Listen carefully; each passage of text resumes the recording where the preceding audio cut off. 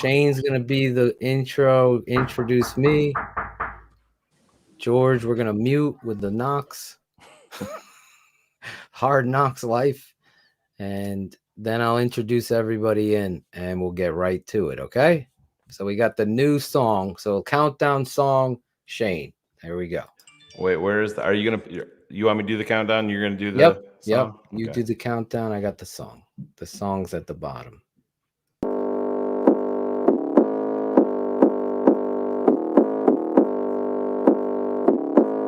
Let's go. Turn that shit up, man.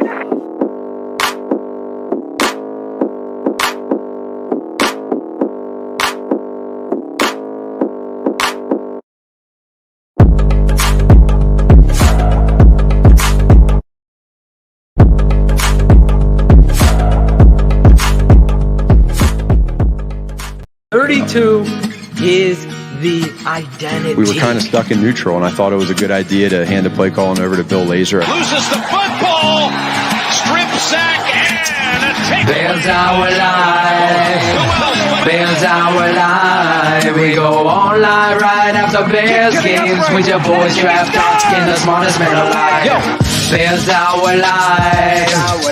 Bears our life. We go on live right after Bears games with your boys draft talking the smartest man alive. Ran up with the true analysis you expect. Raw passion for the show. Bear fans get nothing less. Locked in with real emotion and passion for every play. Coach Phil gonna bring that range, but in with facts by shade. Post game show like nothing else you're gonna hear. Some can try to copy, but a bucket's not sincere. Delivering the truth on what just happened to be clear. That's why we're on TV so you can see it, not just hear. Hey, yo, with Draft Dr. Phil, you know it's always hit sticks. Splitting double teams like 96 Hakeem hits. You can tell the shit matters. Their love can be felt. Critical of Nagy cause the talent he's been dealt. As our life keeps growing, Shane's all knowing. Delivering the truth on how the QB's throwing. Dimes on time, just lacking fundamental. Whatever the case, we get hot like Cecil. Fiery discussion about what happened in the game. This ain't your daddy's postgame, don't expect the fucking flame. Not for the average fan, a loss they can't survive. But don't you worry. Bears our life. Bears our life.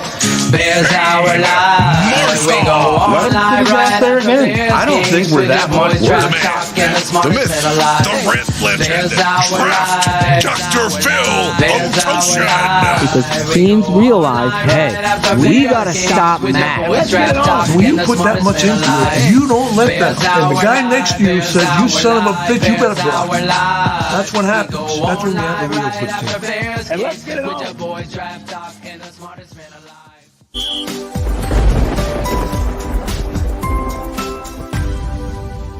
This is Bears Hour Live. This is how it's done, Jack. A little fucking energy. Bears Hour Live. The Bears are back. We're starting this show off the right way. These guys that are on the panel today don't even know what I'm about to say because we have some breaking news. We have a new offensive tackle in Chicago. Really? Jason Peters. The grizzled veteran just signed a deal to play offensive line in Chicago. I don't know if that's great news for Tevin Jenkins. My guess would be no, but the Bears took the field today. Happy Justin Fields Day. Started a little bit slow.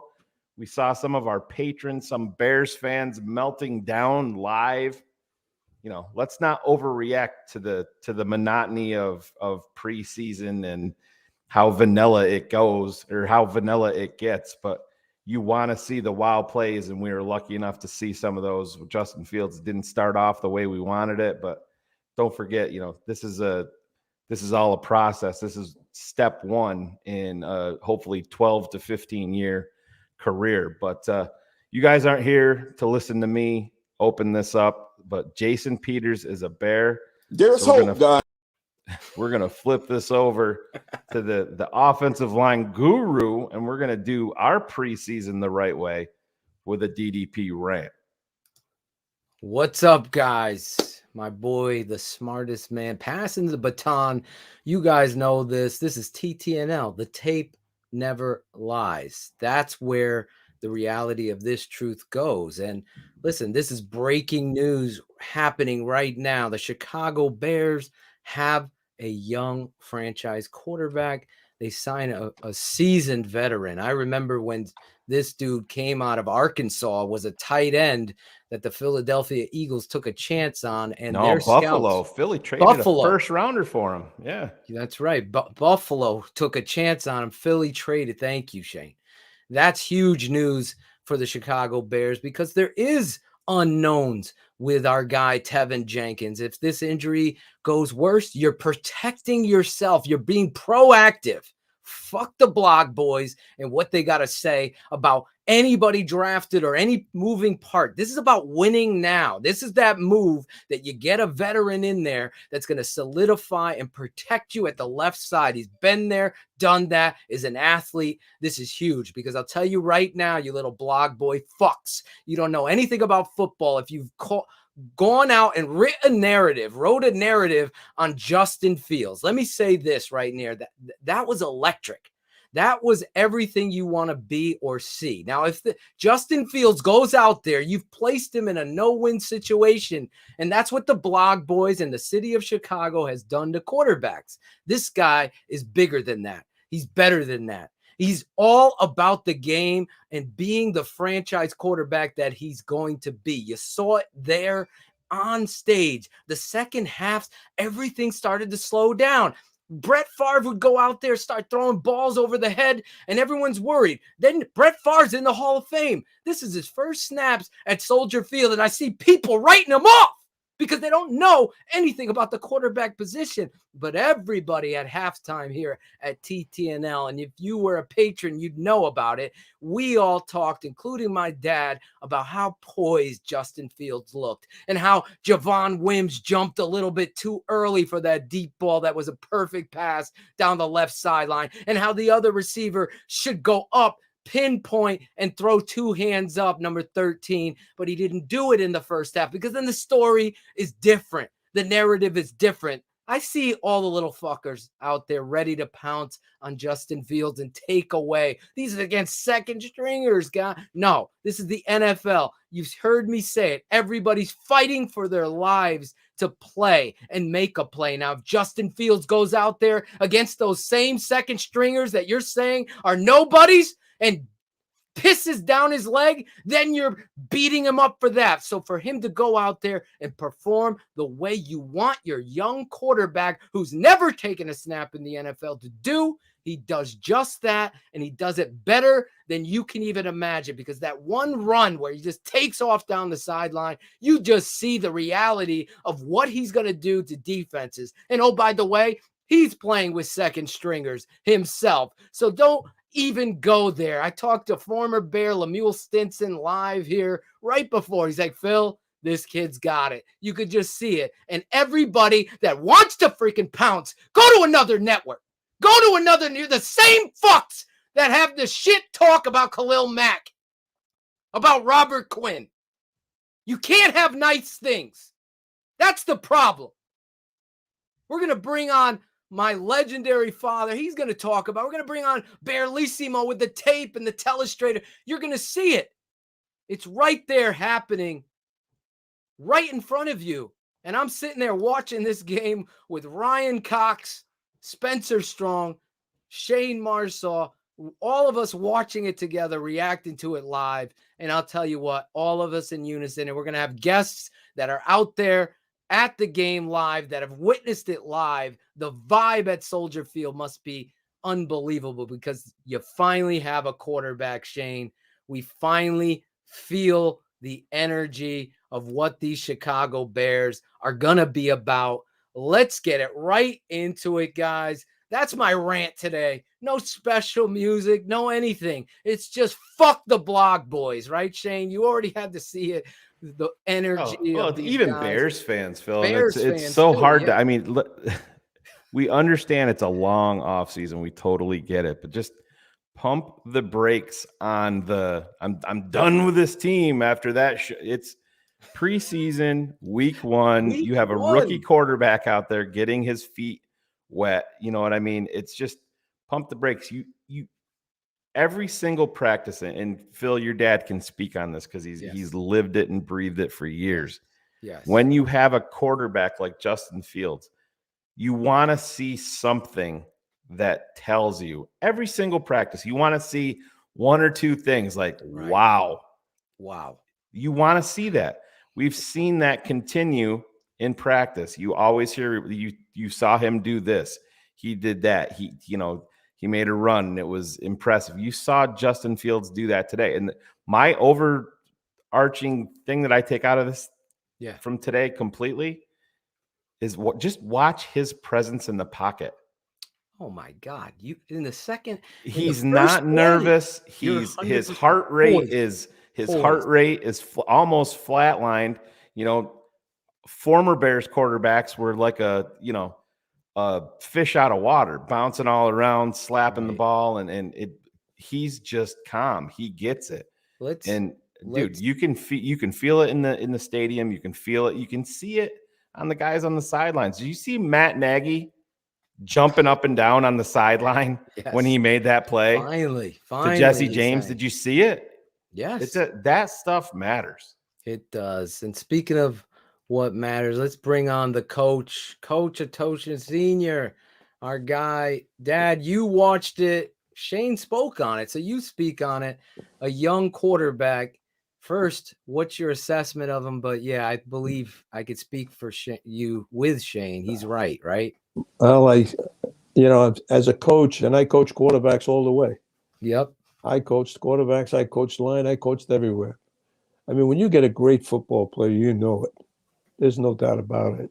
Mm-hmm. I've coached average quarterbacks. I mean, they were great kids, and I loved coaching them.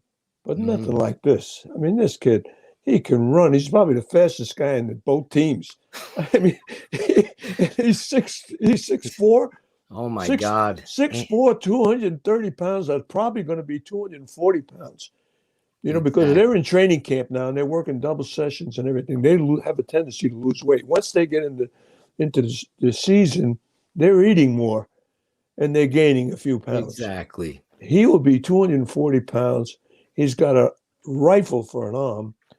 Let's go back to the film. The film is, and I saw it, I was worried about this kid getting nervous for whatever happened. The first 12 plays, you punted, Right. And here this kid comes in, and he's supposed to do something, and it didn't happen at first.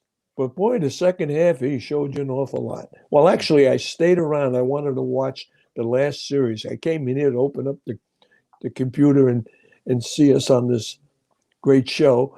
And I said, let me go back there. I was talking to George. I said, George, I'll be right back.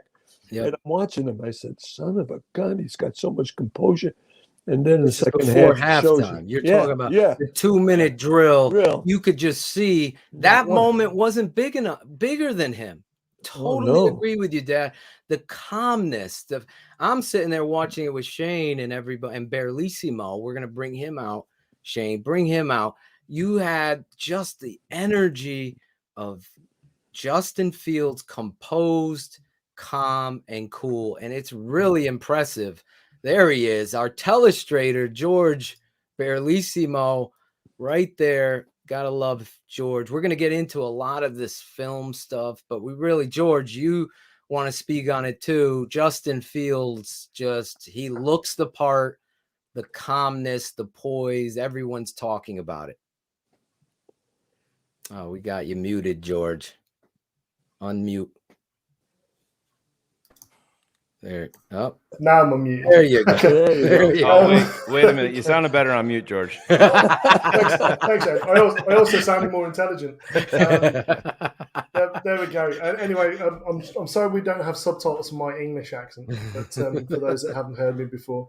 But I think one of the things that people haven't talked about so far that I find really interesting from this game was in that first series that Justin Fields had, literally everything that could have gone wrong did go wrong for him. Yeah. That didn't faze him at all. Didn't even blink in the faces of the live bullets for his first time on the field in the NFL. A bad series followed by some bad play calling by Nagy. Nagy settled in a little bit when he started seeing what Justin could do and sort of that first run where he sort of escaped the pocket and he lost the ball. That was the wake-up call. That was the moment that Justin said, okay, now I know I need to sort of focus and this is what I need to do going forward. And from that moment on, the kid was just so composed and just everything looks effortless. And that's how you know you got something really special, because it doesn't look taxing. It doesn't look difficult. They don't look phased.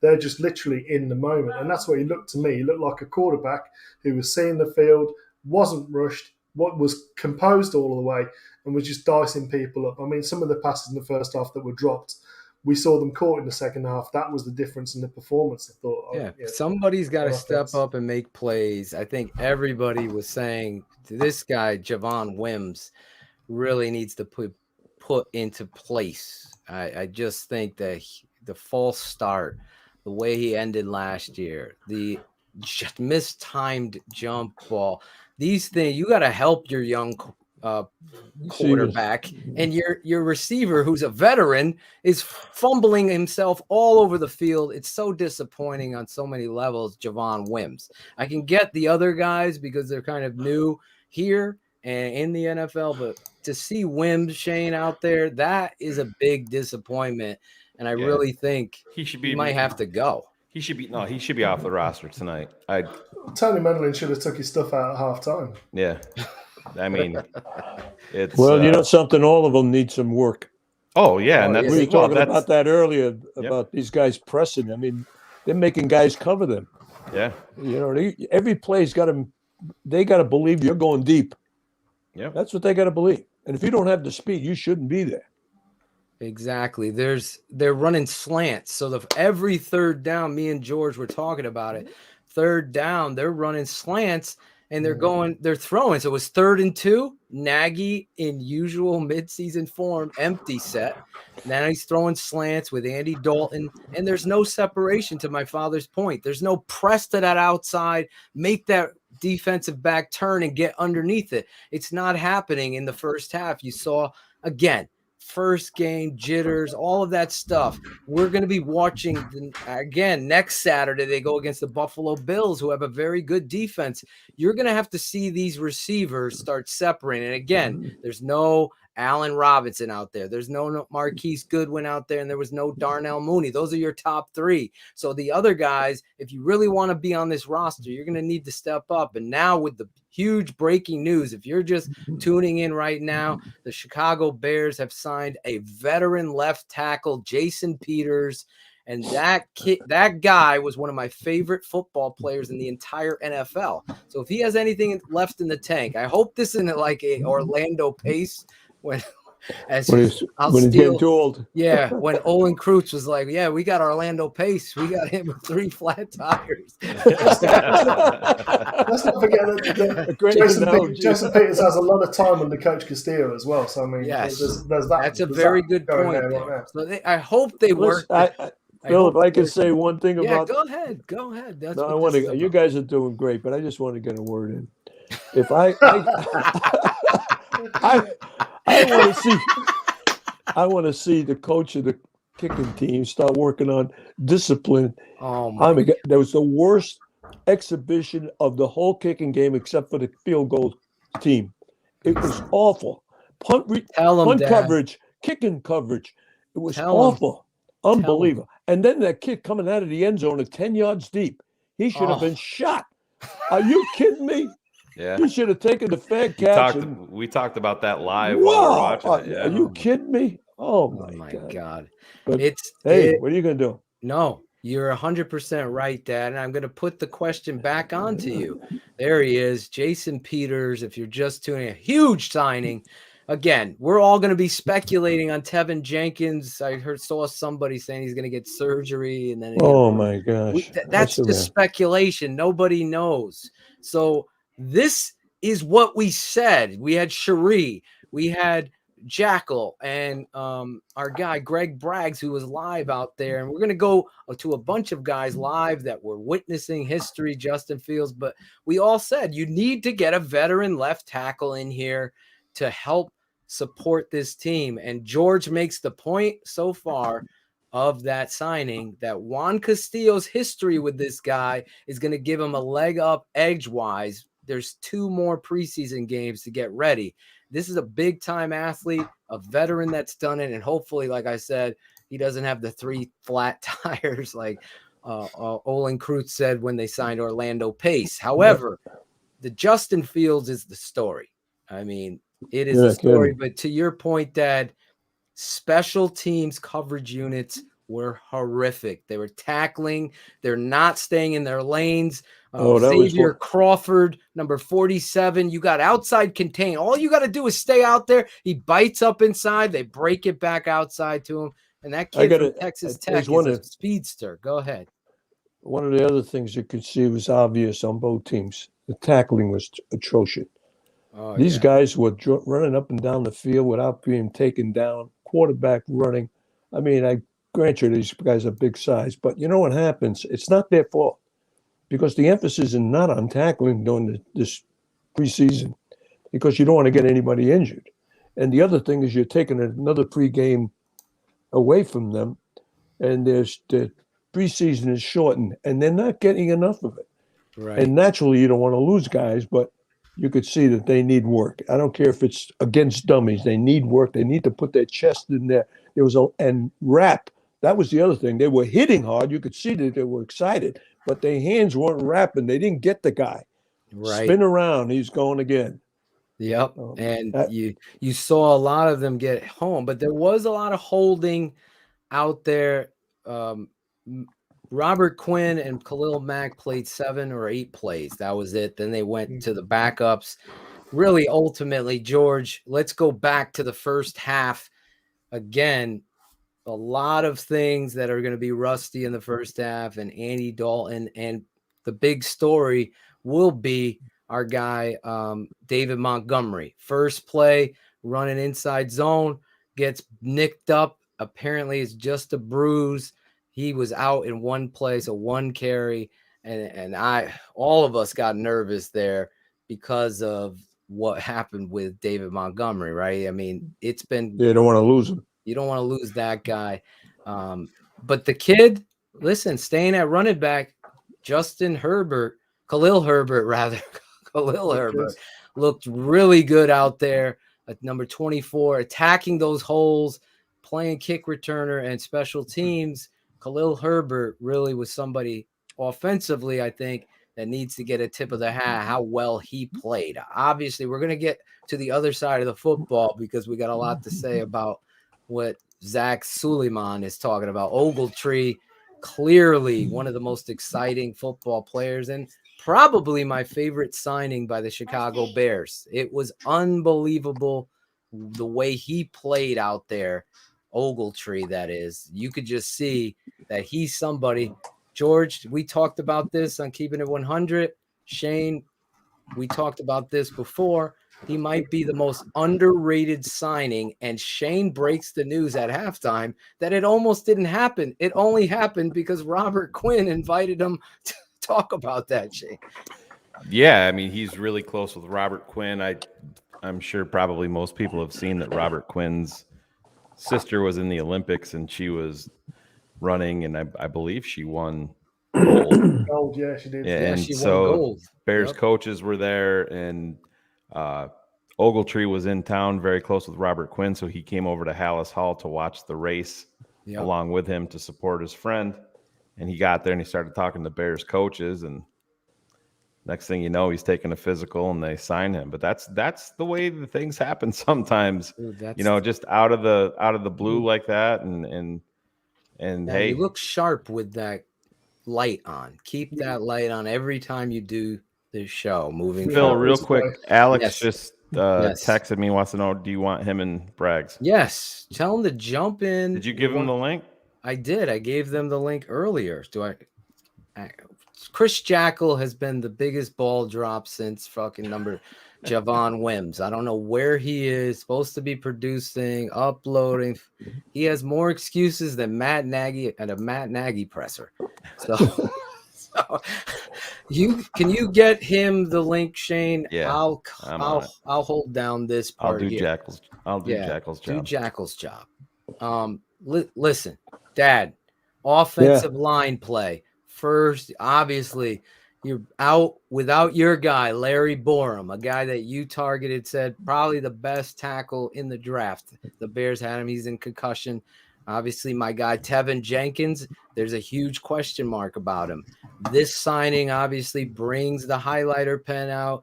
Everyone's going to panic, but Jason Peters is a veteran. I think Coach Nagy's coming to the podium, but let's pause there, go to Coach Nagy, and add him to the live stream if we can hear him. I don't know if we can hear him, Shane. Yeah. For all of us as players and coaches, here we go, George. That environment that we just hit in that first preseason game with those smiling fans, Matt Nagy. Thank you, man. That was awesome. The vibe that we had, the fans getting going. Even the mockery there at the end of the second quarter when we were struggling and didn't get any first downs. You could the applause when we got our first Tonga down. is definitely. We understand that. You heard me react draft day to Tonga. Thought it was awesome. George, my father, and me broke that Tonga down games. on the patron we side. need that and we want that. So we wanted Tonga in the picture. Tons of situational things today that we as coaches love because we can teach off of that. Tons of it. Special teams, defense, offense. It really started there at the end of the second quarter with Justin being able to take him down and steal 3 I'm points. so happy with what I saw so far. Simmons, we won the turnover battle. We want to stay. We protected the football on offense. Houston we got 2 Carson takeaways on defense. So we want to be able to be tops in the league in that category. Offensive line, 0 sacks. Got the run game going a little bit.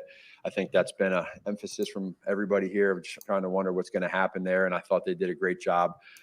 It still doesn't mean anything, but at the same point in time, it allows us to know that they did a great job. It doesn't mean of anything not letting for the those quarterbacks record, get hit and getting the run game it going. matters for your confidence. So it does mean a hell of a lot. Penalties, a lot of penalties in that first half. Yeah, it seemed like every discipline stuff. Every penalty, be able to just be smart, right, and getting first every downs or offensively penalty. moving backwards. That we can't have. Again, we want to make sure these guys learn from that. And then that's really probably it. I know you guys got a lot of questions, but the biggest thing for us as coaches and for the guys in there as players is there's we don't let Matt Matt Nagy talk, Oliver. It allows us to sure you're go new through to a this. game situation and do the things that sometimes you forget to do when you don't have preseason. So the logistics of all that I thought went well. And in the end, ultimately, you love winning. And I'm proud of our guys. And now we get right back. Was out there playing guard today. I'll tell you why. Right at the beginning, what did you tell him, and then what did you like how he responded in that 2-minute drill right beforehand? Sure, yeah, it was there's the excitement and everybody is juiced up, ready to go, and we had a couple runs. I hope he brings up the and get the guys kicking game. Justin, but everybody, we were moving some guys. Somebody has to ask him about the kicking game. I think that just goes to show that nothing's always perfect. We came back and. Then we had the one low snap, and we were kind of going backwards, and we had some incompletions, and it just was choppy. But that's kind of a part of it. And I thought it was great to see the resiliency of the offense in general, of being able to go down there. And guys, you mentally practice the end of the half stuff so far. We haven't really done it live. So to have some of that stuff go on, it's great teaching. And then in the end, to get those 3 and make a long field goal. That probably propelled us a little bit mentally going into halftime. James Daniels was not dressed today. It's good for him. So to answer your question, long-winded story, he did a great job of bouncing back, which is what he's always done. The last 2 completions of that drive, the 15-yarder to Hardy and then the quick one to Jesse. The block obviously a factor. What was your take on those 2 to get you? It was smart. We were holding on to the timeouts. The clock was getting down, and then you get down there, and I think we had 7 or 8 seconds left. So that stuff we talk about, we teach, we show tape of it, but we didn't really practice it a whole lot. So that's now we get to take it and go so in a couple of days and watch it. But it just goes to show, like, very, very calm. I thought Justin, I know, all these guys did a good job, but I thought because he played the most snaps, the one thing that you felt from Justin probably that we all took away down there, that he was extremely calm the whole time. So, man, just overall, how do you process what he did out there? Knowing, again, it's the preseason. Process it. Yep. Process. Yeah, for sure. And if you go back to the start of training camp, and as when we drafted Justin, and we had Andy in here, and we have Nick, I've continued to say that all we want to do is we want to make this that we want them to be the best quarterbacks they can be. Don't worry about tomorrow. Don't worry about next week. Don't worry about the future. Just worry about today. And I thought that Justin did a great job of worrying about today. And he played smart football. He made plays. How he processes it, and Shane? Again, like what you just said, it is preseason. What kind of question? We all understand that there's variables involved in all that. Jesus Christ. But at the same point in time, should be about if you kicking said, hey, you game go back right and here. you look, is he doing what you want him to do? Absolutely. And are you concerned with the special teams because coach? Andy and Nick there on the sideline helping Terrible. helping him on the sideline, and he was just very reserved. And then also that scramble for a touchdown. You know, there you feel the vibe, you feel the energy, and that's 6'4", 230-something pounds. You could see every bit of it. A couple drives. I guess that's what you wanted, but what do you think about? Yeah, it was hard because we didn't have. It was only a few drives, and it was 3 and outs. I'll go back and watch the 3rd tape and 2, see, coach. some of the whys. Back to your old whys. It's just I'll again, see some of the whys. I think it's kind of a deal 32 where these empty guys set, they aren't going to play very much. Like David's he's trying to tell, hey, give me the ball, give me the ball. He wants like 15 carries preseason 1. And yeah, I told him he wasn't going to be getting many, so he got his 2 and got out. And so it's hard to answer that question because you don't get in a rhythm. It's just difficult. It's more so to tell you the truth with these ones. It's more so to just let them go through pregame, let them get out there, get your feeling of what it's like to just run a few plays and then get out. And so it's hard to evaluate that. For a guy like Andy, it's kind of perfunctory. He's been through this so many times. Yeah. But for the offense as a whole, it seems like they need the work. So how do you balance that? No, they do. Yeah, they do. And we have some first timing that we're continuing to work on. But again, like, A-Rob's not out there, right? Exactly. You got, Marquise Goodwin's not out there. You got, a couple guys on the offensive line that Jimmy are out Graham there. David comes out after 2 plays. So it's not, I guess, as we Shane, get are you going here a little upset bit that more, he's we'll see ignoring more like David of that went to out be able with to an evaluate injury? that. But I think more so than anything, like I said a few days ago, we know what he can do. I didn't need to see David Montgomery in the first place. Game, we know what he can do in game 1. Honestly, in preseason, but no, I get it. You know what I'm saying? Like he's like, I took him out after 2 plays. Yeah, they're gonna dismiss any injury. That's just the way that they roll. Definitely hiding that shit. I don't think he's gonna come out and say, "Oh, my running back hurt his knee today." Also, how do you just process balancing that with what your plan is? Yeah, no, it's CJ German with some breaking Bears news. Everybody here is super excited about the way that smash the like button. And Jason Peters, and we've been talking about it. We understand the buzz. We understand the excitement. Will they ask him about Jason Peters? That's why we drafted him. You know what I mean? Will they ask him? No, they're not smart enough to figure that out. We want to make sure that we continue to go through this thing, that we understand that he came in here, and now the beautiful thing is we get to get more practices in and get to see how he comes back next week, against Buffalo, and he's going to have another chance. And then, as we said, all these guys, Andy included, and they're all going to want to come out here and just do the best they can do at their position. And when we watch the tape tomorrow, there's going to be guys that shine and guys that can get better. But I totally understand all the buzz, all the excitement, and we feel it too. Jason, what do you have to do to push you to the point of saying?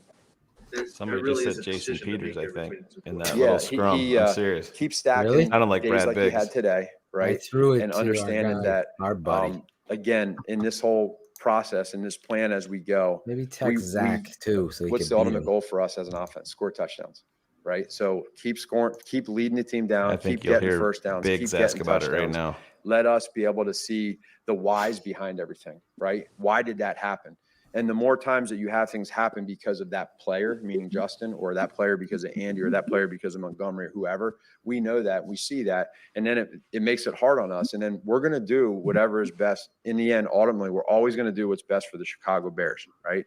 And so here we are in week 1, and I just think we all understand that it was a great first day for Justin at that position. He did awesome. We love that. And now let's put it together, Coach. And let's keep working. Let's improve it, and let's stay consistent with it, right? This let's is take the this best into I've the heard next him game talk when you're back out there. And we also understand, like, you think number 1 has anything to do with it much. They want to play a little bit more next week too, and do their thing. And we're looking for the identity of this offense and how we get to the coach. The identity's 32, and now 1. Peters' agent announced that. Here it is. Yeah. Where does that put you at with the left tackle position, and does that indicate that Tevin's not going to be around? That's actually a good question. It really doesn't have anything to do with Tevin, but what it does is it's more about familiarity with a guy that's played in this league for a long time. He's been very good. We understand that he's older. We get that. We know that. There's a history with Juan. Juan worked with him several years ago in Philadelphia. I know him when I was there.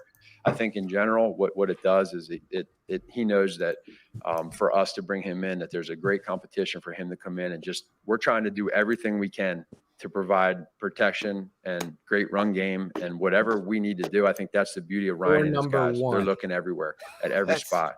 So it just, if that's going to provide more competition and somebody that played last year and did well when you watch the tape, we like that. And I think that's this is what Nagy's looking for. Is Did you talk to him? I mean, is he going to sign here to be a backup? No, I think he's coming in here to compete to be the left tackle. You know, the so left tackle. There you open, go, man. It's competition. And see the smile, see the truth. I think so that this could be an ode to Fetty is out for a long time, and then if Jenkins isn't super serious, and he'll be your right tackle. Exactly. Let's go. And Borum as well, because Borum's coming back. There's no doubt. Yeah. The unknown is Jenkins. Who's number 70 that was in there today was cutting off? Elijah Wilkinson. Is he Alexander Yeah, Wilkinson? He's a really good question, Adam. He did a great job today. Yeah, we weren't very good on Wednesday. Forget just Justin. Our offense, we weren't. No, let me rewind. We were pretty good for most of the day until 2 minutes. We came back on Thursday, and I thought our guys stepped up and they did what we wanted them to do. I love that. I love that they competed, they fought. Hit the like Justin, button. You know, he grew too, and he had a pretty good day. Let everybody know he had a pretty where good we're day. at TTNL. So you take that now and you say, well, he can't be hit. There's a few times in there where we let the whistle go so that they can finish Don't let the blog boys ruin it. We were joking, you know. Jonathan I was joking Woods, with one of the linebackers. Do you think first he had him? quarter And he's like, yeah. And Justin's like, no, you didn't. But when we get out there in the game right now live, you see what happens when he gets outside of that pocket. You see, so it's a stressor. The excitement on this stressor to those defenses. Knows they want to drop 8. They want to play 20. Open up his playbook. You know, it's and that goes into the part where I think where we felt a calmness from him when he's outside the pocket. You saw he wasn't just going outside the pocket to run for 80 yards. He's smooth with very confident and he's good right now because it's the first time he's had something good to say. And then we turned it on. Oh, I know the coach. Coach Nagy looks to me like he's just had his birthday present from his wife. His strengths. Yeah. So building on that, man, is there anything Justin can do the rest of this preseason to change your plans to start ending week 1? Just worry about tomorrow, baby. That's it. Seriously. You know, that's all I want him to do, and make it. That just told me the competition has have a just really good begun. Quarterback right now. That quote. Fields. We have a really good quarterback in Andy Dalton and a really good quarterback in Nick Foles. That's all I want them to do. Just work seriously. Just worry about competition has just begun, boys, and I love it. Just that's what it should have been about to begin with. The best quarterback you can be for the Bears. Yeah, I know. We were joking about it on the sideline. You know, maybe. I mean, he probably can do it, but right now, just probably put the shoulder down and run through him. No, probably. Yes, please do that. But I you know, he likes it. He thinks he's an athlete, so we just gotta. Who is that? He's talking about? Komet hurdle. Oh, Cole Komet jumping. Yeah. Goes into that, away from it. What does that tell you about his presence of mind as far as seeing where he could go within that, instead of panicking and just taking off the other way? Well, yeah, that was a little bit of the calmness that he had. And I think that you don't feel the panic, you know, if you go the other way, like he's calm in the pocket.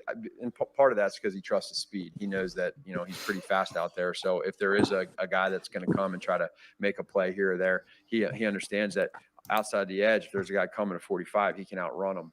But overall, I thought the pocket presence was good. And again, to the credit to the offensive line, they provided they provided a pocket for him to be able to see downfield.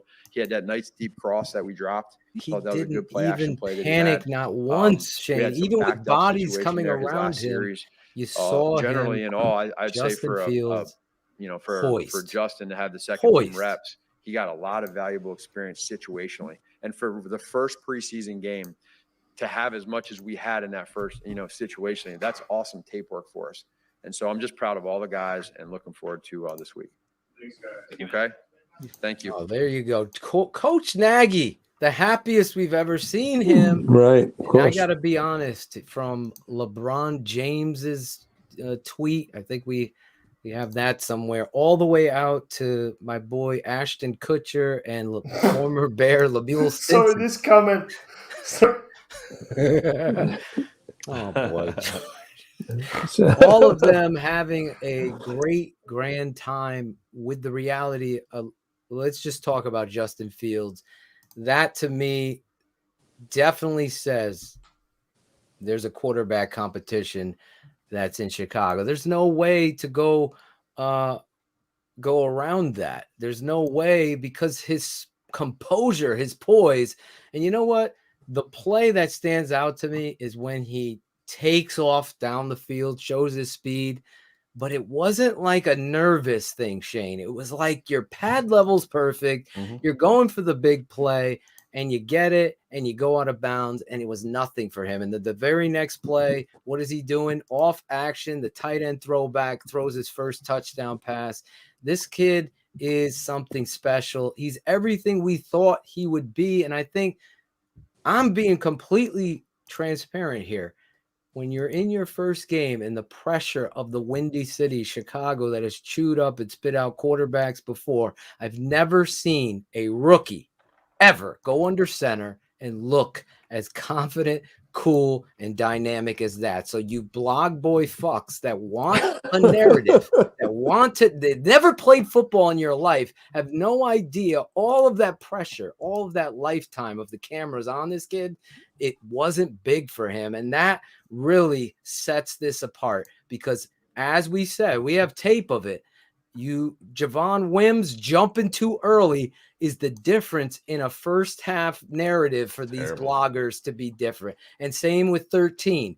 He's running to that ball is a dime ball to the right side of the field. You could just see it drop in there. George, I don't know if we have that play. We can go right into that, but we are going to fight narratives here. I'm not, he's playing against second. It's only preseason. Tap the brakes. I'm saying, Dad, a rookie to go out there and look as calm as he did. You saw it in New England with Mac Jones, right? I have a good point. I have a great point here. First of all, what did you think of Miami? I think they're a very good coach football team. Yeah, you're right. You're exactly right. He had 3 quarterbacks. Every one of them could throw the ball. Yep. Every one of them. You know what? That's teaching. Their receivers ran great patterns. That's what the Bears need. You want to get big plays, he's got to throw the ball, not run the ball. Right. You can't jeopardize this guy's life. I'm telling you right now. I agree with you. And I think I don't like it, Shane. I know it's the first preseason game. We saw what happened with Montgomery, but I just want all the starters, get out there. You've worked your ass off all year. Go out there. One series for Allen Robinson and Mooney. Let them run. If they're healthy, that is, and let them just run and get. I agree with the veterans and stuff like that. The older guys, Allen Robinson. I would probably push back on that a little bit more. Darnell Mooney, yeah, you're goddamn right. He should be out there. Yeah, I agree. Yeah, I don't want to overrate what he did last year. He was a good rookie wide receiver. That didn't buy him veteran status to not contribute in preseason or have to get out there and show it again, unless he's, if he's nicked up or something like that. But that's we saw Matt Nagy do that in 2019. They just assumed the next step was Super Bowl, and the only thing that's going to stop us is injuries. So nobody played, even a raw, underdeveloped quarterback. Exactly. They sat him on the sidelines, and that's you got it, man. You got really a lot of reps. Here he is, Justin Fields, our guy Barlissimo, the telestrator man. Yeah, so Damian Williams just helping out to Cody Whitehair, who got beat here. So just helping out, just giving Justin that little bit of time, just no panic, just steps up, still eyes downfield. Great footwork there. So pushing off the back foot, plant, nice fast release. Man, in terms of where does he put the ball? How nice is it to see a quarterback with footwork in the pocket? Look at the footwork, the step out, Dad, perfectly done. He's not panicked. There's feet behind you. You can hear this stuff as a quarterback as George zooms in. There's bodies behind you on the ground. You don't know, but it's not phasing him. He steps right in over the top. Look at him go across the body in the pocket. You put your hand in the other side pocket. And look, this ball, if this receiver plants his feet, jumps for it, he catches. That's a money ball right there. Even if the receiver just presses the cornerback towards the sideline a little bit, he gives himself that room to come back to the ball. But He doesn't. He's impressed. I mean, the cornerback's doing a good job. He's playing a crafty veteran left arm, keeping his the right arm of the receiver down. That's crafty cornerback move. But the receiver should have helped himself a little bit there. That's on the money. That's on the money. That's the best way. Help himself. That's a great term. He didn't help himself. Right. He did what Shane, you said it at halftime. You made the great point. He comes out of the halftime and makes this same type of play. He goes up and grabs the ball and that's number 13 there, makes the great catch coming out in the second half. That's what your young quarterback needs. Playmakers that are going to make plays. Obviously, is 13 going to make this team? He keeps showing up and down, though. He also dropped another one, George, that was right in his chest plate. Yeah, I saw that. That was on third down. You got to let. That's the one he tried to bread basket. He tried to bread basket it this. You can't catch with your arms. Yeah, you catch with your hands. He allowed it to get into his forearms like this, and he drops it. Here we go with another play. 3rd and 5. Is this where he breaks the pocket? This is the no-look pass. Watched him step up into the pocket. Now he's looking at the flat receiver. Look at the eyes, George. Right on that receiver. Watch where he throws. No look over the top. He knows exactly where his out. If that was Patrick Mahomes, they'd be leading Sports Center with that play. Exactly. The key is he squares his foot there. Oh my God! Squares his hips. Look at the toe. It's unbelievable. In terms of placement this might be my favorite play of the game that no one's talking about except here. That right there, being able to square and make that play while looking and forcing those defenders. You know what that does, Dad? It's just like basketball. It's the no-look pass. You force your defenders to close in and open up the alley of where you're going to throw. He wears a shield mask. Yep. And with that shield mask, you can't see his eyes. And when you're a defensive back, you're always looking at the eyes of the quarterback, not just the head, the eyes and the hands and the up, bringing the ball up. Yes. So if you're looking at him and you can see his eyes, you can tell if he's going to be looking over there. If you'll see the white of his eyes turn in that direction. And I'll tell you the truth, that's a real coaching point. But with that shield on, you can't see that. And that makes it even harder. It makes what he did even better. Here's George. It's better. George drawing it up. He's giving you quarters coverage. Yeah, so we've got 5 basically behind past the actual with the first down marker, and this is just the patience because he's got 3 receivers downfield. That's a great line. Red hat duck. Oh, here he is, the quarterback. A lot of meetings. So of course, getting the ball to the perimeter and trying to getting out of bounds to stop the clock, and just kind of getting field goal range. But the one that I guess hard at Justin, I was just rolling out, and I saw him late last minute, so I dumped it up to him. And then the one to Jesse was a little check down just to get in field goal range. So I was just trying to, of course, pay attention to the clock, and then also throw it to the perimeter so he would have a chance to get out of bounds. So what did you see develop on your touchdown run? On my touchdown run? I mean, yeah, they were playing man coverage. My man Jesse, he got tripped up. I was looking to go to him, and then, of course, I know my routes were coming my way backside, but I knew they were man coverage, so I knew nobody really had me. So I just went to the left, and then saw everybody kind of caught that. Everybody covered. So I knew they were in man coverage, and then of course it was a touchdown. So he knew the situation, Matthew. Tell him. It was awesome. It was situational awesome. awareness. Come true. First NFL touchdown, and to have my teammates celebrate me was an awesome moment. So I'm all glory to God, and I'm just hopefully it was first of many. Sure. The throwback pass to Jesse. So yeah. When you first saw it, did you sit there and go, "Are we sure this is open," or did you just let it play? Yeah. No. I mean. Of course, when a person's that wide open, you have to make sure nobody's around him lingering. But I mean, of course, it was a great execution by the offensive line selling the run, and then of course, great execution by everybody else on the field. So it was a well drawn up play by coach. So. I love what was it like in your first game adjusting to the NFL speed as opposed to college? It was actually kind of slow to me, to be honest.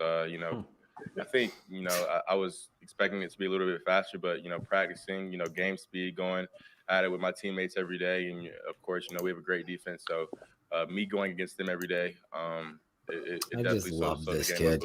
I'm bit sorry. rude, It's so, just like he's I'll answering help these people out there, and, questions like I just, A coach. I love like a coach. Exactly. He's answering them like a coach would. Just simply, truthfully, articulately.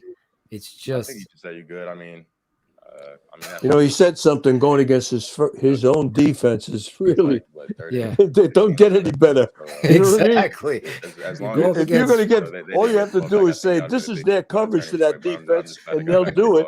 And he's got to perform. David, he's a great teammate. He's a great brother. So, I mean, it's no surprise to see him coming, try to come from me on the sideline and try That's wonderful. Keep my it is. So, he's a I am so happy for you guys. Coach Nagy said that he wants you to focus on today. That's important to him. How do you separate, I need to focus on today versus I want this starting job? Yeah, I mean, I think, when you look too far in the future, you start worrying about way too much stuff. You start George, thinking, let Jackal handle the chat room. I could see him getting fired up with you already. Look about today and just live. That was his main thing. Of course, him coming off that injury, let me handle my job, he's saying. I could read his lips. Every game like it was his this last is game, TTNL, the Tape Never Lies Network. This is Bears Hour Live preseason. Go out there and our quarterback, just play for today, Justin Fields. Just, if you want to hear his comments in full, you can go over to ChicagoBears.com if you're annoyed by us talking over it. But part of it we have to, and part of it is what we do. So, so after that, I think I'm going to officially retire the spin move. So smart move, kid. Phil, did you hear me live during that? I yes. Fucking ripped my TV off the wall. When was the last time you heard a quarterback with a sense of humor? Yeah, he has a sense of humor. Exactly. We got a quarterback in Chicago. Yeah, I mean, it's I just breaking news. Everybody on offense, what's some more breaking news here, Phil? But if we just stay on track, stay on schedule instead of putting ourselves in situations second and 12, second and 13. I mean, that's hard to be successful. We went live breaking that news by one other than Shane. Positive play. The smartest man, Marsaw. Chance to convert on third downs. Oh my God! Trying to get the guys. What I saw from this young man today. Anybody bringing second stringers out and all that bullshit. Look at what he did to end the half. He got you in scoring range. But with all the drama, not playing with his starters and everything of that nature, you can't have it both ways, Block Boys. You just can't. Of course, we had a great game today. You play against the guys that are on the field with you at the end of the day. Exactly. You want to see him against ones. I think we'll see him against ones next week. Exactly. Who they go against next week? The Buffalo Bills. Oh, yeah. Got a good defense. Great defense. Oh, you're talking about the fade where you jumped. Trubisky's there. Yeah, I just Trubisky's their second me and quarterback. We've had a great connection, in training camp, and of course, Should I trust him a lot. You think it's going to be a story in Chicago? I don't know. Threw it up there and gave him a chance. Of course, he made a great catch. So that was defense better give him a good beating. Don't make him successful. You know what? When you speak on that, don't forget to remind me about DHC making that interception. As calm as can be today. So, I was just, I think Jack was just leaving comments up to hide my face. And really just win every play. And I think when you just focus on the moment, like Gustavo, all the way our whole point this week in was Brazil. Focus on today. That's on the his moment. comment. I was just trying to take it play by play. Shout out to you, Gustavo. Bears Hour Live is back. Take every play by play. Don't worry about the next play. Worry about this play. And we'll just keep stacking like that. Justin, the atmosphere is different. Obviously, training camp, Family Fest. How did you feel about this first NFL training? Yeah, it was That's awesome. nice. All the way from Brazil? All the way in Brazil. Okay, Gustavo. Nice to see you. Shane, have you seen the water bottle once yet? A better day. The weather was great outside. And have you seen the water bottle once yet? Of course, our team was excited, and I think our team played well. Everybody.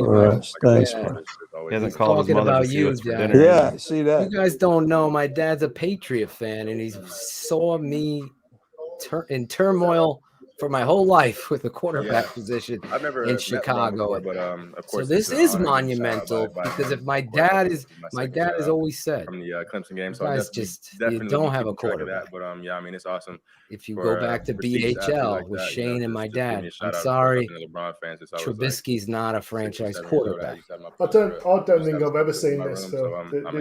This level of, I mean, he's this is Michael Jordan-esque right here. Exactly. You know what I'm saying? He's just ice cold. Is he got a girlfriend? Is he married? What's the story? He's got a puppy. That's all he's got. He's got to a be dog. honest, we're not worried about. That's the only thing that'll ruin this guy. I think he has a few Keep the offers, girls Coach. away from him. What? We're not worried about outside voices who want to. The cheap girls, okay. No girls for this guy. We need working and Justin all keep getting better. So focused. Of course, there's outside voices, but I mean, some say there's a lot of truth to what my dad is on inside the building, and of course, you know, me Charles and Leno. we all have a great relationship, and of course, those guys have taught me a lot. You got to find a good girl. That's the key. That's all of your teammates have kind of found out your poise. I think I see it most. Too young. Yeah. Got a lot of life to live. This kid. Yeah, I mean, I definitely feel good outside of the pocket. I feel very comfortable, but I mean, Cherie's comment. Like today, I think there was one situation. That's what I mean. Everybody's going to go after this guy for the money. Well, not Cherie. She's not a gold digger. Well, I don't know. No, that's our girl. Okay. He's our. Kind of really just play Look backyard at Taylor football Gabriel. and Justin feels so calm back there. The more that happens, read the rest. The more we can get on the same page. You know, boy is going to be a top 10 soon. Look at that. The better we can be, and of course, I love to be able to look at LeBron James. Justin Fields is so special, man. Keep going, young king. It's definitely a part of my game. Chicago Bulls. We see you, Justin Fields. How much stress this is great. Those backyard football situations put on another defense? It seems like it gives you a lot of control. This kid is so calm answering these questions. When the team's playing man defense, I mean, that's going to put a lot of stress on him. He's knowledgeable too. He's so confident. Oh yeah. You know, with zone teams, it's a little bit different, but man, I mean, no different to what you see on the field, though. He's just poised. He's just ready for it. So without seeing the film, you already Taylor know Gabriel coming out of retirement for this. Too right. Brandon Marshall's calling Coach Nagy. Tell him, Cam. I don't think there was one, major play in the game where, I would say I have to get better at. But of course, the fumble we have to take care of the ball. But other You than see that he's pissed off about that spin move tonight, and should be. Coach is going to watch the film, and I know he's going to. So I told you my favorite play was probably the no look. Yeah. I'm all in on But getting better. there's a play that was like I want to be the best I can a be, so first I'm gonna do down whatever where he I have to do to is beat that sprinting guy. to the line of scrimmage and he forces throws the it. defense and then lobs it Flip over. it over the guy. That is the most frustrating part of what he's going to do to Well, other so teams. he's such a threat that you have to come up. Exactly. You have to. These guys too fast. He's got street football in him. I was joking on Sean Sierra's show, Dad, that every Chicago Bears quarterback that we've got has never played on the cement with the fucking Cadillac and the Buick as landmarks that you got to watch out for. Everyone, you know what I'm saying? This kid has. You could see it. He's understanding how to drop the ball, where his field position Where is he is. from? I know he went to Ohio State, but where's his I feel like it helped hometown? for sure. He's in Ohio, just right? kind of seeing their defense and getting a feel You for know what? how their players I play totally and stuff like don't that. know. I figured me, it's Shane just might like, know. For me, I think What was it? every day Where matters. Like, was I'm Justin literally Fields trying from? to take it day by Where day. did he Georgia. grow up? Georgia. I know it's a nonstop. That's grind. why he went to I'm just UGA gonna first, and then he continue to, transferred. study, continue to There it is. Adeptus and Kevin Wood and Irish Rastafarian and Taurine, my boy. better, and that way we can Where be is the best he? team we can be. Taurin. How do you feel physically? I gotta shout him out. I feel good. Taurin I got hit Whitfield, one time, so I feel first good. one I on feel that. good. Give you your Appreciate you shout. guys. Justin Fields, Wow. the quarterback. The quarterback is getting applause from my father. I've never seen Adam that. Hogue is like, we were so close to Kellen Mond. He was really higher. I'll tell you, Rick. Oh my one of the God! plays- I'm just so one of the happy plays- to see that kid be so articulate Yeah. and not Yeah. afraid in front of the world. You know what I Right. mean? Right? He's had the cameras on him with Trevor Lawrence life, yeah. since he was a kid. So to think about this, and to George Berlissimo's point, every time, and Shane, I got to give them both credit. Every time this kid has been faced off with Trevor Lawrence, he's beating him. He's beating him. And this has got to be exciting for Bears fans because you finally have a quarterback in Chicago that handles the press conference correctly, handles the blitz correctly, handles the composure in the pocket. I mean, I don't think these blog boys will ever fucking get it, and I'm not going to try to convince anybody. But please understand that the play that George put up where he threw it and hits Jesse James or whatever, he's just standing there with pressure and people falling all around him, and it's not bigger than him. It's not. Nothing's bothering him. And that, to me, on top of all the highlights, of all of it, guys, the story is Justin Fields. I've got a dip in a minute, but I mean, I've got sort of 3 or 4 plays if you want me to, and then you got looks like Braggs sort of sat waiting. Yeah, we're gonna get Greg Braggs and Alex Acevedo coming up next. Go through this. We'll go 2 more plays. 2 plays, George, because we got a half hour left for Shane. I could stay on a little bit longer. This is one of the plays that Fields himself referenced, which is the one to Jesse James at the end of the second quarter. See, he's waiting. So that's the 7 in coverage. This is the play I'm talking about, the composure. Watch this. Yeah, just sit and wait. There's the pressure on the outside. Good work by Bars to wash him out. Looks down, just puts it out there. That's the one before, isn't it? It's the one before. But you could see he's understanding awareness where the sticks are. You don't have, those haters that are saying, yeah, I had one on Facebook, former player of ours, Chris Roble, saying, well, he ain't going to be able to do that, running it into the end zone and dip his pad. Oh, he's 6'4", 234 pounds. He can do that. He will do that, but he'll also do what George just put up on the screen there.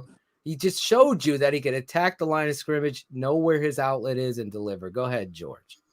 Here he is, 7-step. I like this, and just we're watching Justin Fields, but I'd just like to look at this guy as well. Is that my guy? That's Bars. Oh, that's Alex Bars. Look at Bars growing up before our eyes. That's looking for some work there. So you gotta love that. That's a hit on him. Yes. Oh yeah! Wow. That's nice. Good catch there, George. I love it. Yeah, looking for some work. Just spun around. He got it right in the jaw. You talk about throwing a fastball. I mean, just in sort of a little bit wide there, but this is before the half. Yeah, that for the field goal. This is getting you in field goal range. 2 seconds left on the clock. I mean, you talk about composure and poise. Listen, I want to give a shout out while you're getting to the next play to Ryan Pace, because listen to this, Shane. Jesse James, Alec Ogletree, and now Peters all signed as you set your deck for the season. Those 3, Alec Ogletree is probably the star of the defense today. We haven't even gotten to defense yet. That's why I was like, we might need a little bit more time because we got to talk about this defense. Let's run through this play again. Yeah, so those 3 signings right now, Ogletree, the big tight end Jesse James, and now this big left tackle coming in here. Go ahead. The touchdown Justin Fields mentioned when he's talking about one high safety. This is where he's seeing one high safety looking left of the field. But what you see is Artavis Pierce coming out, linebacker trailing. You see Newsom coming across, DB in coverage. He knows he's got man to the backside, definitely. Mm-hmm. He knows it's only one high. So what does he do? He's looking feel right it, all George. the way. He's looking right all the way. He's waiting. Waiting you see for the Jesse shallow James cross. stumble. Look at this guy, number 70 on your left. Yes. Just take a look at his technique. He's not that bad. Let me tell you. He's not that bad. He didn't give him away. Look. Now he could have gotten sacked. Now he's going to go to the inside. He pushes him away. Panic. Look at that spin. Look at the quarterback. Stays with it. You stayed with your block, 70. Good job. He's pointing to Riley Ridley here. Yeah. Right side, escape drill. Hey, Leno, did you see that? Now he's attacking to the point. He could have just sprinted and hit the cone, but I just think he's the competitor and is like, you know what? I'm not taking a chance. No, he would have taken a shot if he comes. Exactly. I want to fucking score. Yeah, so I don't know what anybody's talking about here. He would have scored, but he would have taken a shot from 23. Exactly, Coach. Because of the speed of the pursuit, what it does is just straightens him up to take all the speed out of him. Now, guys, if you're not a patron, this is the stuff you're seeing George do. Me, X's with the O's, me and my father, probably will be every Saturday will be going and looking at the previous game, me, Barlissimo, and my dad. Don't forget about George. George De Leon is going to be joining us, offensive coordinator, NFL offensive line coach. Yes!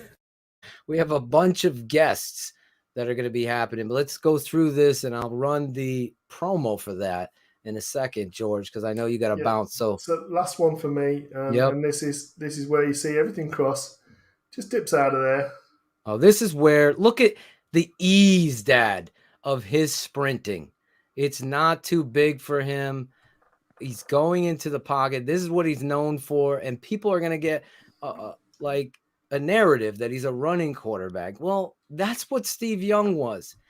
Steve Young then became a passing quarterback. That's what the best and the great ones do. They're able to attack you with their feet. And in this modern day NFL, if you can't run and move, then you're trapped into one ability, and you better be as accurate as possible. The fact that this guy's 6'4", 235 pounds, and could do this kind of stuff is just a nightmare for a defensive coordinator, as you saw it play itself out. And as the game went on, you just saw the poise and the composure. Here we go. Last play for George.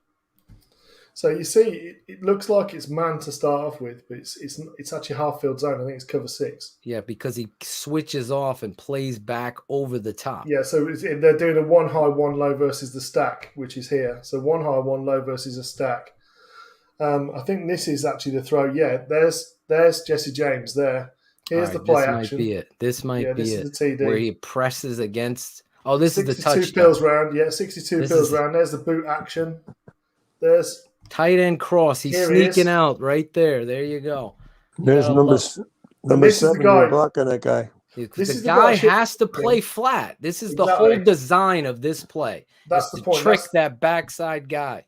He's looking there. If he goes with the tight end, then you throw the little flare route. Right. Look at Justin. See it? He looked at the flare route, Dad. Go back a little bit. Watch this. This is why he's so open. This is perfect, George. Watch. Peek to the flare. There. Oh, my God. That's a tough play to cover. Oh, my God. It's tough. Now he's able. In terms of fundamentals, you like that front foot. You like that back foot with all of his studs in the ground. Beautiful. And then it just obviously the play design is great because it puts that one defender that can cover the tight end on an island. That's what you want to do. That's great stuff. Let's see a 6'7", 270-pound man do a little bit of a moonwalk. There you go. Yeah. He just backs up into the end zone, and there you go. That's Justin Fields. Hopefully you guys could tune in this week. If you aren't a patron, you need to become one before we get to Greg. And ladies and gentlemen, class is now in session. X's with the O's. Feels the same way. This guy's tremendous back. I mean, I don't know that anybody's better than him in the whole league. I honestly, if you use him properly, my goodness. That's the biggest indictment on the coach. Yep. We get into this. If you use this guy more, he becomes a household name because he is your offense. You've heard me say it. That's why all these people have found the tape never lies from the video series. I'm a patron. Go there. Become a patron. Absolutely. What are you waiting for? What are you doing? Head over to thetapeneverlies.com.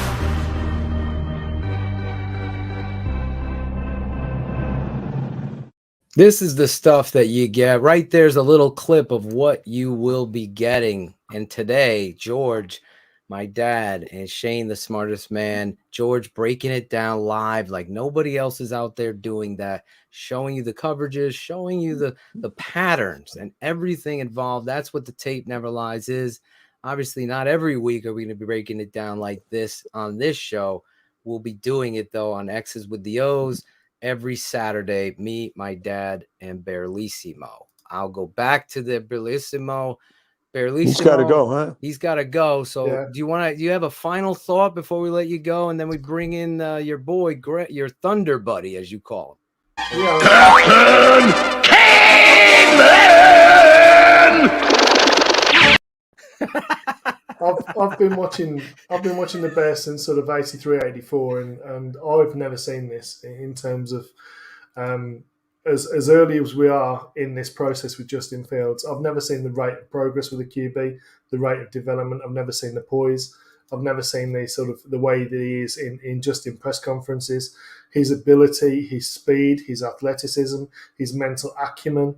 Mm-hmm. He really has just everything you could possibly want. And my concern, and it showed up in the first half, is Nagy is going to Nagy. And that's going to be the thing that holds back Justin Fields' development, if anything, because to me, I mean, this kid is showing that he's QB1 in this draft so far. Exactly. I mean, you can only judge them based upon what they've done so far, but so far he's everything we thought that he might be and more. I'm absolutely hyped. And yeah, it's early days. There's a long way to go for him, but his rate of progress so far and the way that he's developing before our eyes is just unreal. So enjoy it, Bears fans, because I am. Unbelievable, George. Great job today. TTNL, Patron Halftime, and then again here on Bears Hour Live, the #1 post-game show when it comes to the Chicago Bears. Not even close. No one out there is even close. Speaking of who's not close, I don't even know if Indiana is Chicago or Chicago's Indiana, but we're going to figure that out with this guy right there. Two of our guys. Can we hear them? They're in their car, Dad. One, Greg Braggs, Alex Acevedo, Mitch Trubisky, and Nick Foles. There they are. We can't hear you guys. Can we hear you? Can you hear us? We can hear Greg, you. Love your ice. Yeah, see you, George. Thanks, man. All right, George. We love you. Come on, George. I'll see you next Saturday. See you, Coach. George is the beast. Keeping it 100 Wednesday night. George is telling you. Love George. Shane, are you leaving too? No, not yet. You can't. Okay. Not getting rid of me yet, Coach. We got Greg Braggs and Alex Acevedo. You guys were live there. Greg, yes, no one freaking captures moments like you. Look at the road. Look at the road. Don't look at us. My dad, he's at a light. He's at a light. Love you, Coach. Hey, this is better than me tweet. Normally, I'm tweeting while I'm driving, so podcasting gotta be nothing. Oh boy. Oh Jesus. You're like my son. My goodness. No, I don't do. What's your license plate number so we can broadcast that? Yeah, no, I better not jinx myself. Famous last words. Yes, Greg. You captured the first touchdown, but what was the atmosphere like there? And it's not 10:30. Get that food out of your mouth. I'm sorry. I'm eating some beef jerky. I'm working on an empty stomach. I've been doing a lot of running. Acevedo will tell you. I was up and down that stadium today. Let me tell you something. This dude works. Wow. He had me sprinting like I was back in freshman football doing the drills. Let's go, Acevedo. Yeah, at one point, I'm at one end of the field, and they start to move down before the first touchdown. Fields made a few throws, and I'm booking it to the other end zone where our tickets were. And I know they're getting ready to get into the red zone, so I'm trying to get back behind the end zone so I can get a good shot of the touchdown. I knew it was coming. And Samir and Acevedo and Steven were all kind of buckled up under the concourse where there was some shade, and I come blowing past them, and I'm like, Acevedo, hold my bag. And it was just so electrifying. You could kind of feel it. You know, they kind of got some stuff together before the end of the first half, and I had a feeling he was going to break out and make some throws. You know, as you know, the Dolphins defensive players started to come off. He started to get into second and third string dudes, and Fields has been comfortable with these guys, you know, at practice. So it's not like he doesn't have a familiarity with some of these unknown receivers like Rodney Adams and things like that. So, you know, I knew it was coming. And when he scored, he comes out of the pocket. It was just such a thing of beauty to see, a great debut. It was just a completely lit atmosphere, electric, you know, and people are just excited. It was just so frustrating in the first half, not being able to get anything going, and then to see them kind of break out, it would have been really disappointing if they hadn't done that, leaving the stadium today. But Justin Fields did not disappoint. It was as exciting as it gets. And I got to say, the touchdowns were great, obviously a lot of fun to see. But probably my favorite play of his of the day was right before the first touchdown. You know, he makes that deep ball throw to Rodney Adams, probably a better catch than a throw coming over the guy's shoulder. But then the next play, he gets a first down. He scrambles out of the pocket to the right, and he dekes the defense into thinking he's going to run. Picks it, keeps his eyes downfield, and hits the receiver for a first down. That's big time quarterback play. That for me was probably my outside of the touchdowns. Obviously, was my favorite play of the day from Justin Fields. Yeah, we talked about that. That's showcasing that this kid is beyond what we've ever seen at quarterback from a rookie. Obviously, from a rookie to press like that. My favorite play was the no look pass to number 6, Hardy. He's looking in the flat and just fucking dime balls out of a flick of the wrist. The arm strength, the athleticism, but really watching his press conference is like the cherry on top because he's so articulate, calm, cool, and loves the game of football and loves the position. That's all you could see there. And like my dad said, I've never seen my dad applaud after a press conference, but today was a first, especially a Bears one, to be that excited about Justin Fields. We also have our guy, Ronnie G. Ron G, the producer out there at Soldier Field. You were there today, Ron. Yeah. How was the vibe for you? The vibe, the crowd could have done better, I think. But it seemed like they came out with a little bit of rust, a little bit off time. Yeah. But then it seemed that they worked it out. It was good to see. It was good to see some good plays. Good to see bouncing back from some bad plays. Yeah. They had a good crowd, but you know, it seemed like everybody was kind of tame for a while there. But nice to virtually meet most of you guys, by the way. Ronnie G. Ronnie G is our producer here, producing Jerry all of Angelo, these. right? He looks like Jerry Angelo. He does. Oh no! I'm sorry, guys. I wouldn't make those bad moves. That's for sure. I've been called better and worse, but I guess I'll take it. Well, you're our guy. You could turn your camera, Ronnie, sideways. It gives a better look. He's Turn your phone horizontal. Horizontal. Put your phone horizontal. Right. There you go. There you go. We got a better picture. Now you look like Betty White, Ronnie. It's Don't much better. show any nipples like Greg Braggs. Don't listen to him. Hey, send me the invoice for that upgrade. I hope I can afford it. So the vibe, the energy in the stadium, both of you and Ronnie and Alex were all capturing the moments.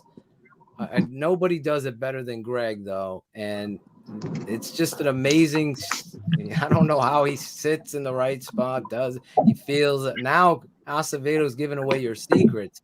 You're sprinting around there, getting ready to get in Well, position. Greg, I have a question for you. Was your partner on time today? No, Acevedo was 20 minutes late to my house. Oh, Jesus.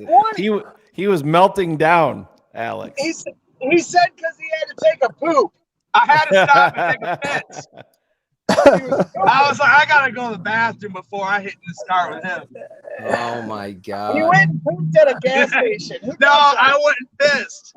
The whole TTNL family was late today. We got video footage of Cool Kennedy being late.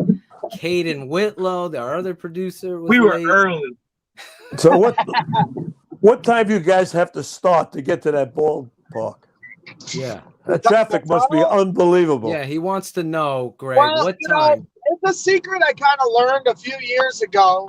Once I started to amp up the coverage, and I've always been someone that enjoys trying to get an autograph, although they're not allowing that anymore. They had actual NFL representatives at the stadium watching and reminding the players to not interact with the fans, do not high five them, do not autograph, do not take pictures with them.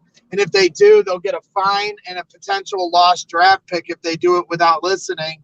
And so, for people that get to the stadium early, that's kind of why they're there. Now, obviously, I'm there to get the shots of the players coming out.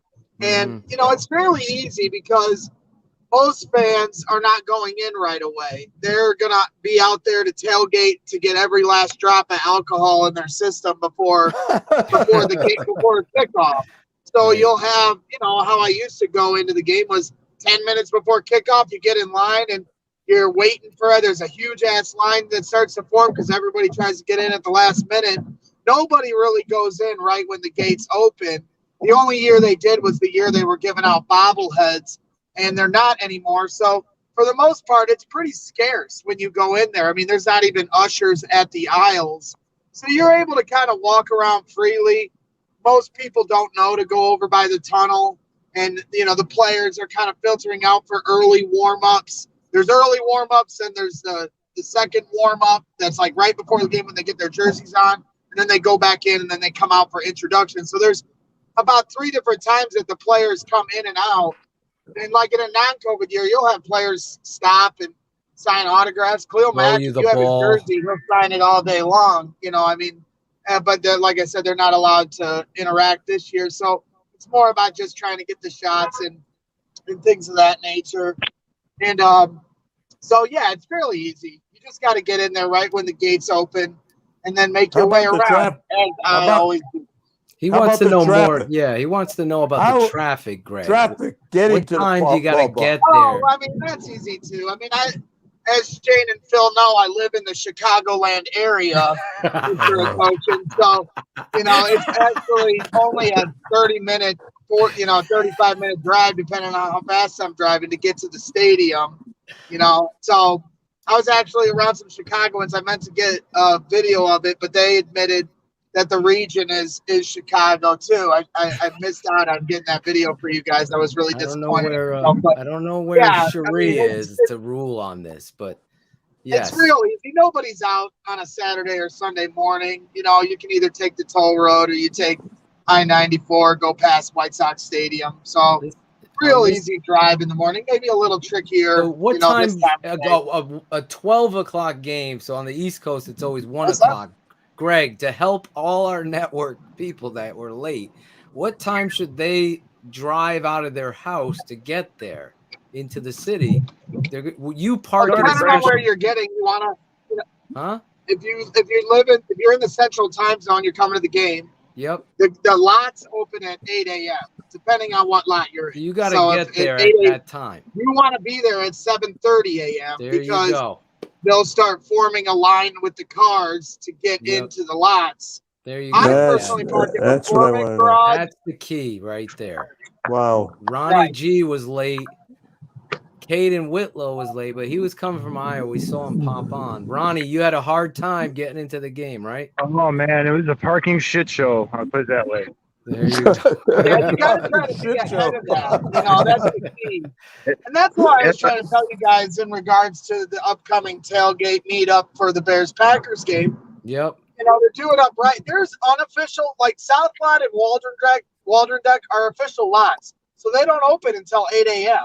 So you're really getting parked and set up at like 8:20 if you're lucky, depending on how far down the line you are in. Man, and then, like I said, the gates open at 10 a.m. People start going in. We're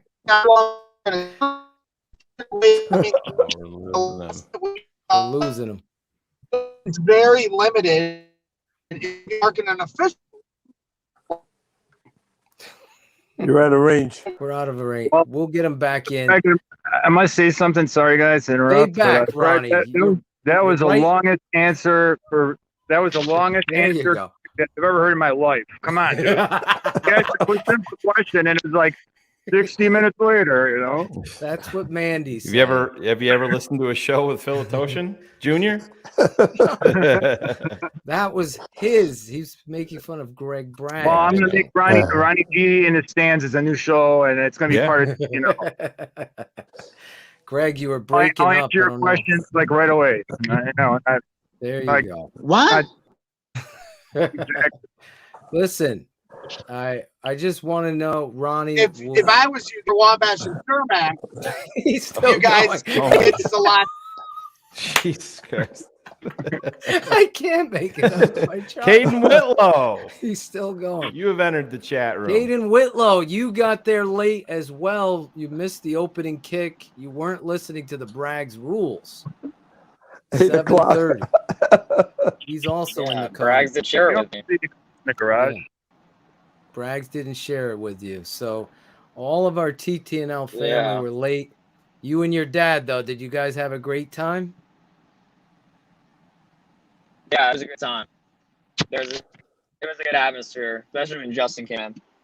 Yeah, you could feel the energy out there when Justin Fields came in. Ronnie, you followed this team for your whole life. When Justin Fields got in there, you must have been excited. The energy kicked it up a notch. I just knew he was coming on the field before, so I got a nice video clip of that, and I got I'd say about 30 plays total. So Ronnie G is going to be putting together some great promos. He's going to battle Greg Braggs to get some promos for TTNL this week, leading up to keeping it 100 on Wednesday night. Guys, I want to get into the defense, so I wanted to Ronnie, give you one last thing. Leave us with something that you took away from today, because we're going to wrap up this show in a little bit. Is there one thing that stood out? Well, since the number ones weren't basically playing that much, I guess they did all right in general. Some missed tackles, some missed plays here and there, but I guess that's what preseason's all about, and the real question is if they learned something from it or not. That's exact. Well said. Great job. Great job. Great job, Ron. Thank you so much. Thanks, everybody. I'm almost out of thing. Send positive vibes. They closed the garage where my car is, so hopefully somebody's gonna come and open it for me. They said they're on their way, so let's see. Oh my God! I gotta wait Monday to get it, and I know what that's gonna look like. Exactly. You got to listen to Greg. We should have had him on. All right, bye, guys. I'll talk Ron. Ron G in the parking. Remember Jim Larison when we first met him, Greg? He had to run back to get his car before. That was against Tampa with Mitch's. Anyway, Greg, thank you so much for jumping on with us. Your final thoughts, really, because I want to obviously your signal's breaking up, so I don't know if we could get to it. Maybe if you put the phone up on top of your mouth like Ron G did, it might be better. We got to bust his balls. Ron is a good sport with it. Ron G is our producer, our new producer.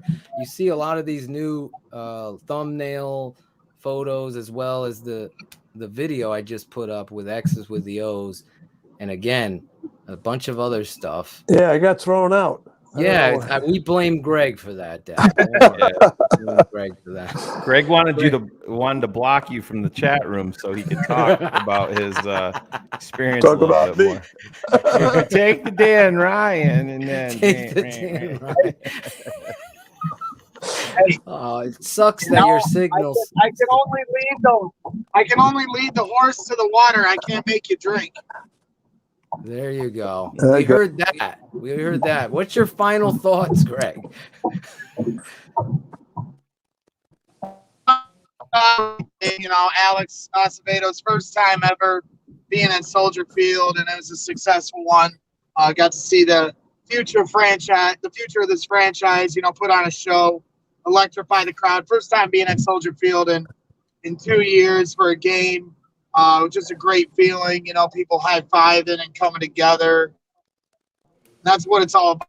That's why I go to the games. That's what being in the stands is all about. So, it's exciting. It's the first step of many for a young Justin Fields. Obviously there was some positives all over the place, but the focus is Justin. There's no denying that.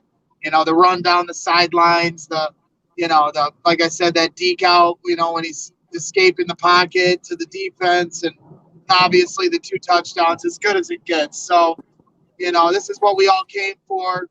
I'll be in Vegas next weekend, so I won't be at the game, unfortunately, but so I wanted to make sure I got as much out of it as I could, and I certainly did. We certainly did that. My dad doesn't even know how much he gets around. Unbelievable. He's at all the games. No, He's at all the practices, Dan. Fun day of coverage. I hope you guys enjoyed everything that me and Acevedo brought pre-game, during the game, and everything else. There'll be plenty more to come this season. And yeah, let's just keep it rolling, man. Fucking bear down all day long.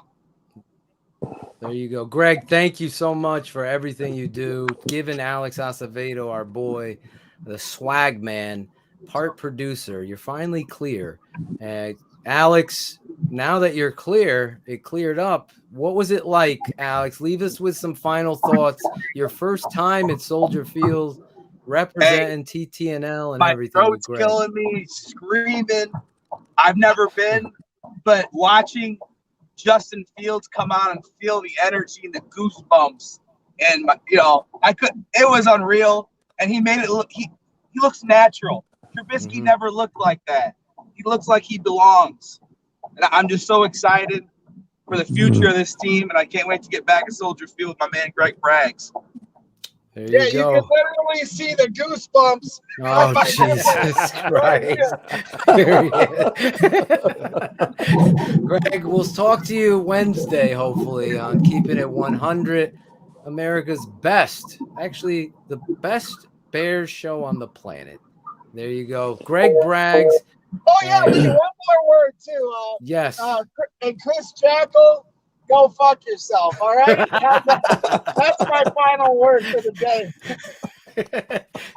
Chris, you are allowed to retort that. Hey, there's not much I can say to Mr. Braggs. I didn't know he was here.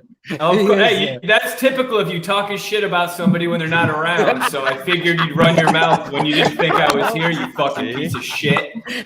Why don't you go spend some time with your family, you ass hat? Read one of those books. Greg, shut up. Your material's old and dry. Just like, never mind. I got a pool to go clean after this. Greg's got a new pool. He's going to dive in the pool. No, I wasn't talking about his. Oh, okay. There's Greg Braggs. We got Chris Jackal. Let's talk and finish it up. Thanks, guys. Those guys are awesome, and we love them. Let's Coach is getting himself cracking. I'm getting loose. Getting loose. Let's finish this off, though. Talk a little bit about the defense, and then wrap this sucker up real quick. I honestly, Tonga, Angelo Blackson, and Alec Ogletree, number 44, has been steel. This guy is going to make you get a defensive lineman with the talent of Tonga in the 7th round, damn near the very last pick of the draft.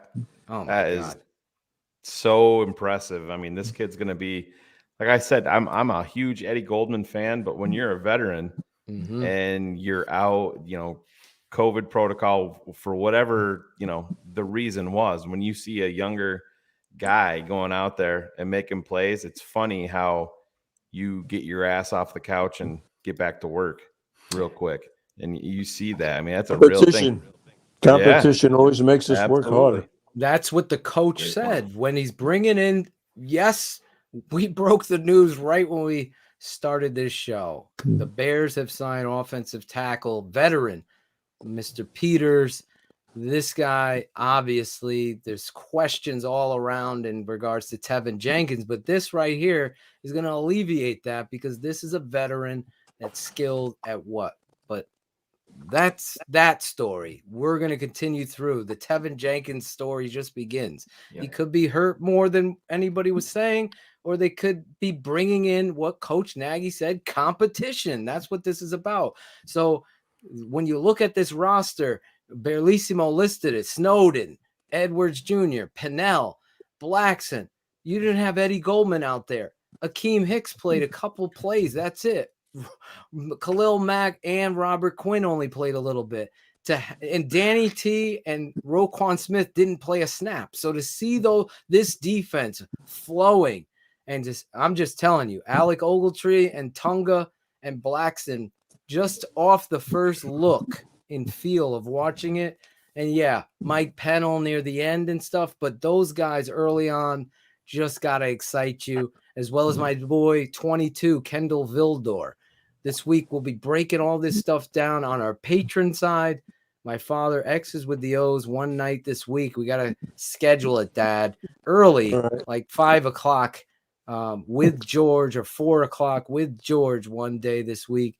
We'll be going live on the patron side. So George will be breaking, like you saw earlier, and the X's with the O, all of that stuff, breaking down some of the guys and highlighting some of the players that are getting overlooked. But Shane, that story about Robert Quinn, it's the first time I heard it. So it just lucks into something. Sometimes you stumble into success. I mean, it's not just football. It happens in life, every facet of life. And it's just one of those things. And he may have a home for, the foreseeable future, because Danny T is a veteran that has a very long injury history. Yes. I mean, when you look into that book, it's quite thick. And beyond them, you think about where they came from. I mean, Josh Woods, big friend of TTNL Network, love the guy. Is he ready to play big time snaps in the NFL level at inside linebacker? No. Iggy Abunaway? No. Yeah. And so Ogletree is a guy that I think Zach Pearson spoke on it when we first brought him in. It seems like he's been in the NFL for 17 years and he's not even 30 yet. No. Yeah. And he's not even 30. Yeah. You get these veterans that are out there, and don't forget, when you bring a guy like that in, it's usually a 1-year deal or a 1-year deal and the team option. He still wants to get paid. You saw Kevin Pierre-Louis come to Chicago and do his thing, and he got some guaranteed money. And Alec Ogletree is no different.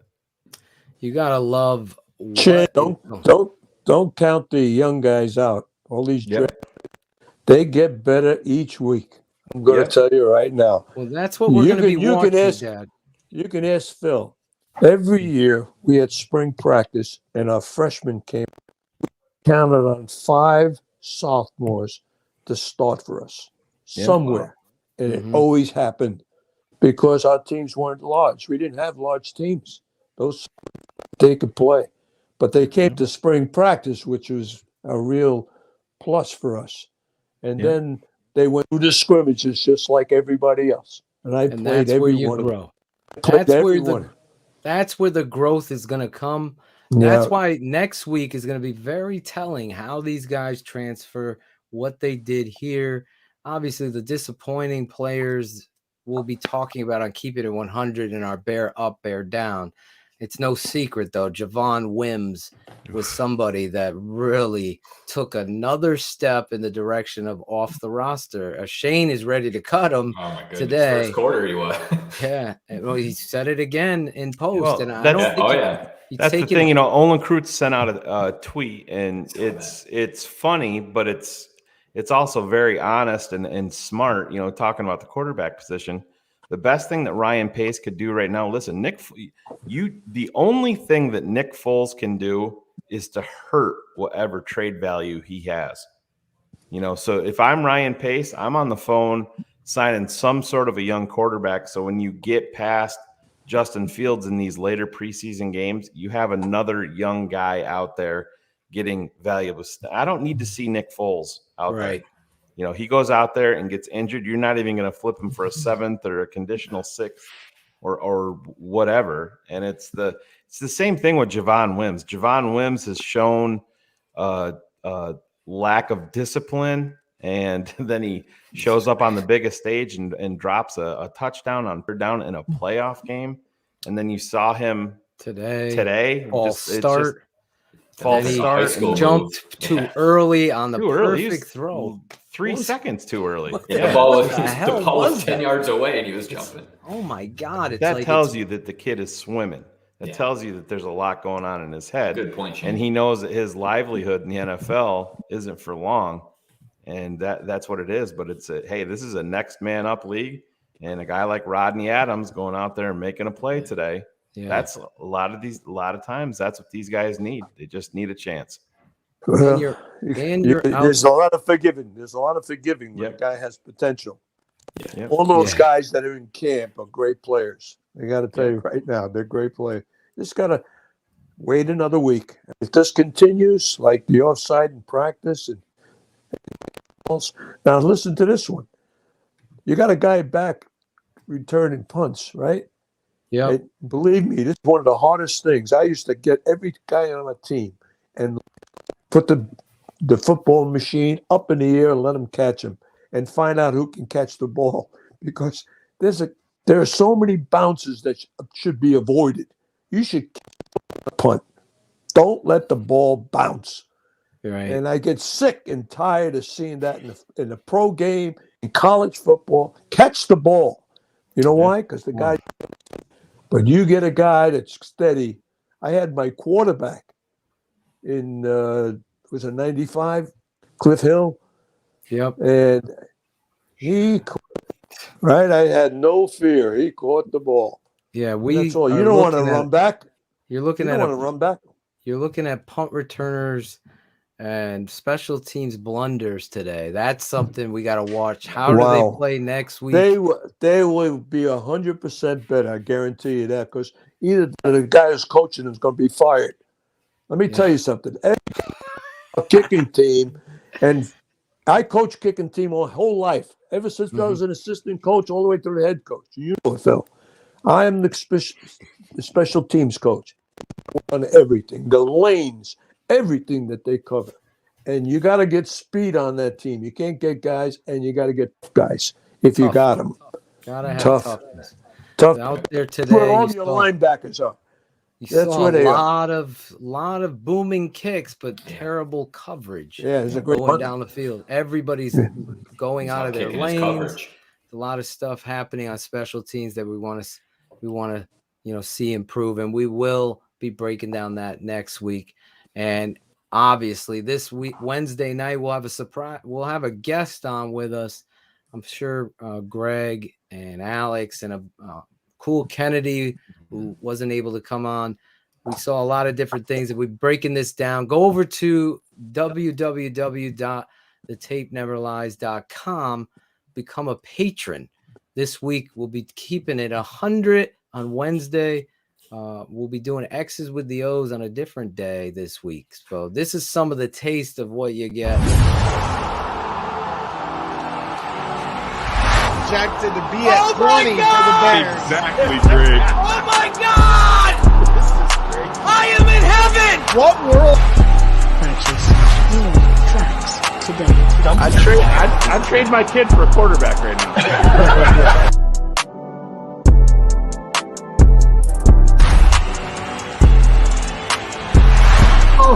This is Claudia the Barber, and this is Shy City Sports. Keeping it 100. Chicago's trading up. Yes! What? Here it is!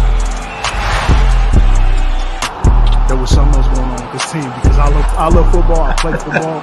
I'm a lineman, so I have a different perspective of the game.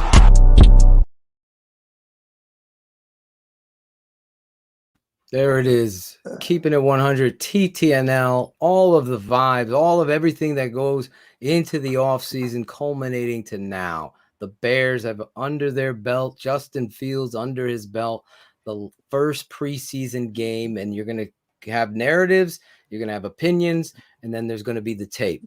And as that goes, the tape never lies on this network. We will stand by that and go from there and destroy all of the blog boys, it was against second stringers, all of that bullshit and minutia of trying to tear someone down. In this world, that's all I see is people trying to tear things down. Well, we're trying to build things up and build the greatest game in the whole entire world to the epicenter of where it should be for Chicago Bears fans, and that's finally with a franchise signal caller. Today was just the first page in a story. And today I came away with my friends and people that I trust so much, including my own father, saying, this quarterback, this team is full of talent, but this quarterback, now you finally have one. And again, it's just a peek behind the curtain. This is the first story. And I'll tell you what, I saw the first story of Eli Manning. I saw the first story of Peyton Manning. I saw the first story of Drew Brees. And I saw the first story of Drew Bledsoe, Troy Aikman, and down the line. How about Brady? Chicago Bears have never had their first story. Their first story has always been written before it even started. It's of negativity and bullshit. Today, I saw a quarterback not only handle the football field well, but he also handled the presser well. So I leave you with those thoughts so you can then take those and run, let the trolls run. But I think it goes back to where this offseason began for one smartest man. We didn't know where this football team, we wanted the coaches gone. We wanted the GM gone. And then they threw this screwball at us on draft day and they answered the bell.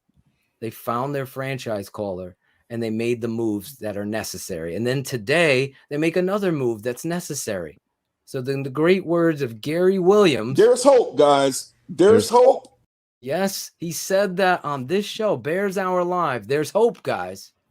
There's hope. And that's where we end this show. There is hope. I'll bring the guys back in. I want to thank you, Chris Jackal. We've been here all day covering this game. My dad, I want to thank you for doing a great job. We'll be back next week. You'll be back. X's with the O's one day this week. We're going to pop up for the patrons. And Shane, always, you're the best at what you do. Always seeing through the vision of what is going on into the background. You see exactly where it is. So I'll let you give your final thoughts, Shane. Dad, you already said your final thoughts, but get off the show. Get off. No, we'll never kick you off. But final thoughts is going to go to Shane, and then we're going to wrap this up. No, man, we've been waiting a long, long time for this. It's, you could feel the emotion on this network the night that it went down when we saw the Bears come up to number 11, draft Justin Fields. And from that day on, things changed as a Chicago Bears fan, as this franchise, and the fans showed up today.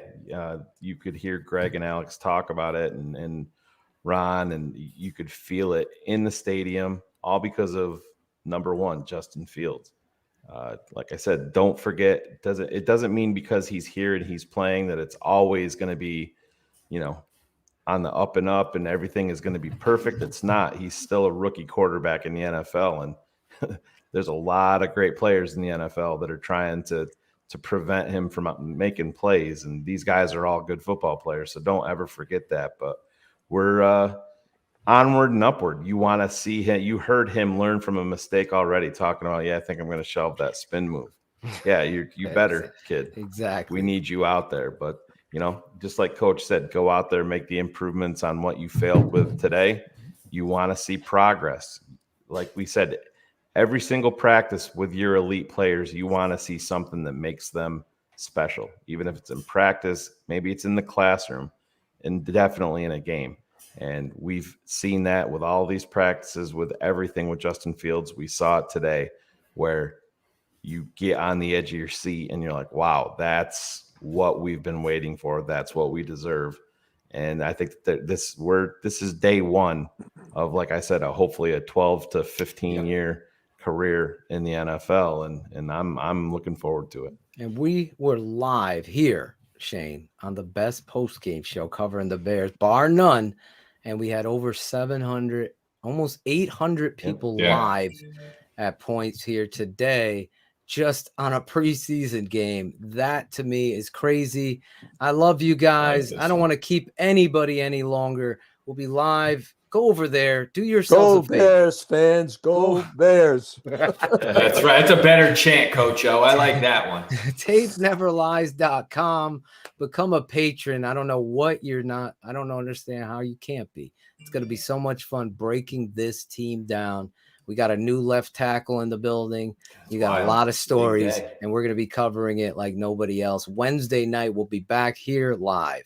So God bless you. Have a great day. This is the best show, Bears Hour Live. Me, my dad, the smartest man, and our producer here, Chris Jackal. Thank you for watching Bears Hour Live, the best post-Bears game show on the planet, on the Tape Never Lies Network.